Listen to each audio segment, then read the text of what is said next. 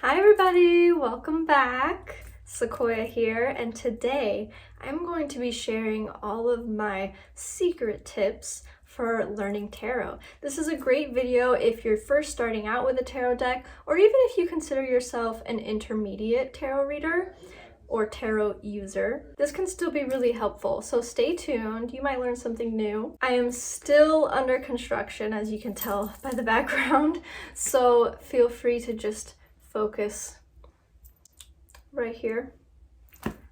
And let's get started. So the first tip that I really want to share with you guys is how important it is to befriend your deck. You should be sleeping near your deck. You can carry it around with you everywhere. When I get a new deck, I like to carry it everywhere that I go pretty much. I'll put it in my fanny pack or my backpack and I'll just befriend it like my tarot deck is my best friend in the whole world.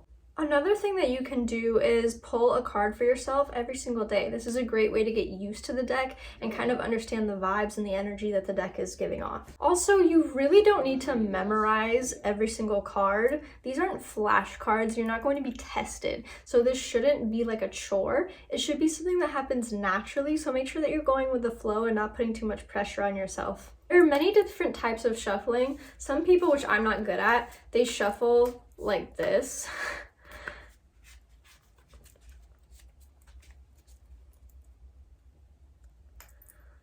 Other people will shuffle and let cards fall out, and whatever falls out, that's what they're gonna read. Some people shuffle and split the deck maybe 4 or 5 times and then pull a card from every single mini deck. What I like to do is I will shuffle like this.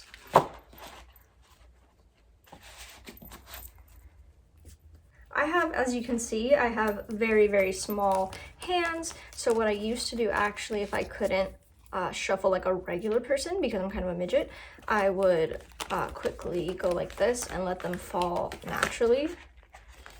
And then if you are advanced enough to read reversals, what I'll do is I'll split the deck in half and then I'll split it again in half and flip the cards over.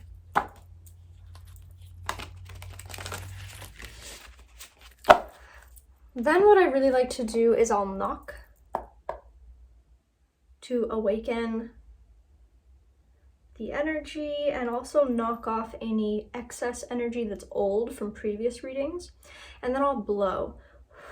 You can either blow your intention onto the deck, kind of like blowing a candle, or you can also blow it to clear excess energy, just like knocking. Then I'll split the deck in half. This is my personal favorite way to do it. And the great thing about all these different ways is it doesn't matter which you choose. Your guides will intuitively know which way you're going to shuffle. They are interdimensional beings. They can manipulate the cards so easily without us even realizing. So don't stress too much about if you're doing it the wrong way, because your guides are on your side and they understand what you're doing. If a card does fall out, I do take that as a sign, but if I'm just being ridiculous and I drop like half the deck, I'm not gonna read half the deck, obviously. Another tip that you can do is you can spread them out on a table or on the floor, and then you can feel around for any cards that are calling to you and pull that way. Something that I really like to do is if I'm by myself, I will talk to my guides while I'm shuffling about why I'm doing a reading and what information I want to know. So that way I'm putting my energy on the deck. I'll also close my eyes and say a prayer and just give so much gratitude before I pull the card. And I also ask that I receive clarity and that the reading really applies. If I'm giving a reading for someone else, like a client or a friend, what I'll do is I will have them talk about their situation while I'm shuffling so that they are putting their energy on the deck. And then I do the same thing. I pray and I ask to connect my highest self and my guides to their highest self and their guides. I ask them to work it out and pull the cards and give me clarity so that the reading resonates to them. I'll also have my clients close their eyes and kind of meditate and take deep breaths, opening up their energy field so that I can reach it if they're more closed off. Another thing I'll do is if I'm working with a client, I will shuffle accordingly, and then when they're ready, if this is an in-person client and not over the phone, what I'll do is I will have them split the deck. So they are physically putting their energy on it, and then that's how I'll pull. If you want to cleanse your deck, what you're going to do is you can reorganize the deck to its default, which is putting the cards in exact order and then letting it sit like that. You can also cleanse your deck with sage, a selenite wand. You can even leave them in the sun. You can also charge your deck under the moon. But personally, I don't cleanse my decks too much because whenever I cleanse them, I kind of lose that connection that I've built, and I have to start all over again with sleeping with them and taking them everywhere with me so that I can build a connection with them again. If you want to charge your deck, you're going to leave it under the new moon because the new moon is for manifesting, and the full moon is a little bit more for cleansing, but you can do that. A lot of people do that. I like to put a drop of essential oils in the box so that when they're sitting there like sleeping, they're kind of absorbing the properties of that essential oil. And also every time I pull them out, they smell great.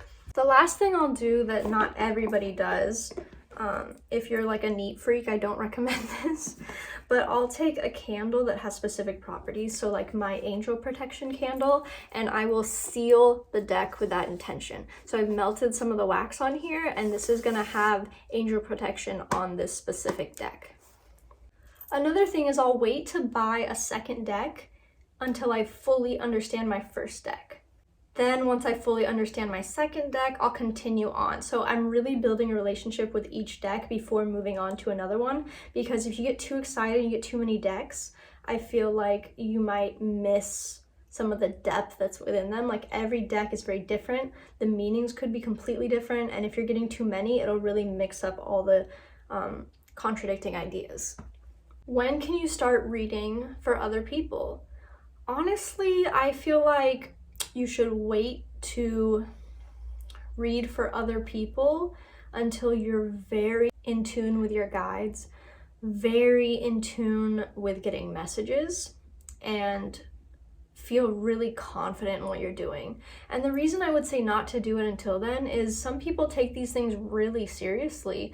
And so if you're giving a message that's really far off, that could be detrimental to someone's situation.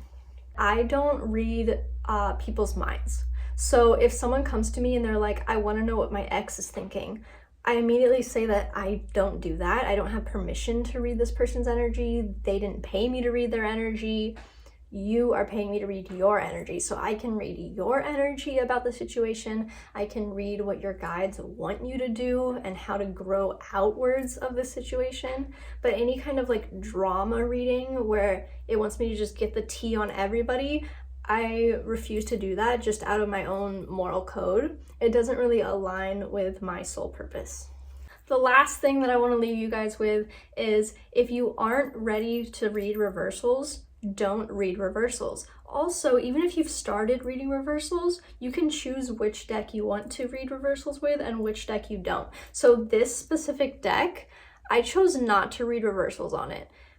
My guides know that. I've told them that. So if a card is flipped over, I will put it upright unless I'm really like in my core feeling that it needs to be that way. Then I'll be like, okay, I really need to pay attention to this being upside down. What I recommend for, a typical tarot deck or a Rider-Waite deck is to learn all of the cards regularly in a very solid foundation, and then you can start learning reversals. You can research about them, and you can also feel intuitively how you feel about that. The best thing to do is really look at the imagery. So for example, if it's an ace of swords, an ace of wands, it's usually going to be a hand, and reversed, that's upside down, so it's almost like it's dropping whatever it's holding. So if it's the ace of pentacles or the ace of cups, it's like everything is flowing downward instead of being held and grasped and enjoyed. You never have to read reversals if you don't want to, and sometimes you can only do it if you just get a vibe. I personally like to read reversals, but I just do specific decks with reversals and other decks I don't. Another reason I chose not to read reversals with this deck is because in the guidebook, it doesn't list any reversals. So I just announced that I wasn't going to be doing that. But then a deck like this, the Guillermo del Toro, this deck, I do read reversals because it mentions them subtly, but not all the time. So I read the reversals according to the deck, and then the rest of it I do intuitively. With oracle cards, I never read reversals because I feel like the good thing about oracle cards is they're very clear, concise, and easy to understand. Reversals aren't really needed in my personal opinion. But if you want to intuitively read reversals on oracle cards, you're welcome to. There really isn't a right or wrong way to read, but if you're just starting out and you don't really know how, that's what this video is for. Alright, so that's all the tips for today. If you liked this video, please like it, comment, share. If you have more questions, comment those down below. If you aren't subscribed, make sure you subscribe. And if you want me to make more of these videos for progressing to more advanced tarot tips, let me know. Thank you guys so much for watching. Have a beautiful day. Many blessings.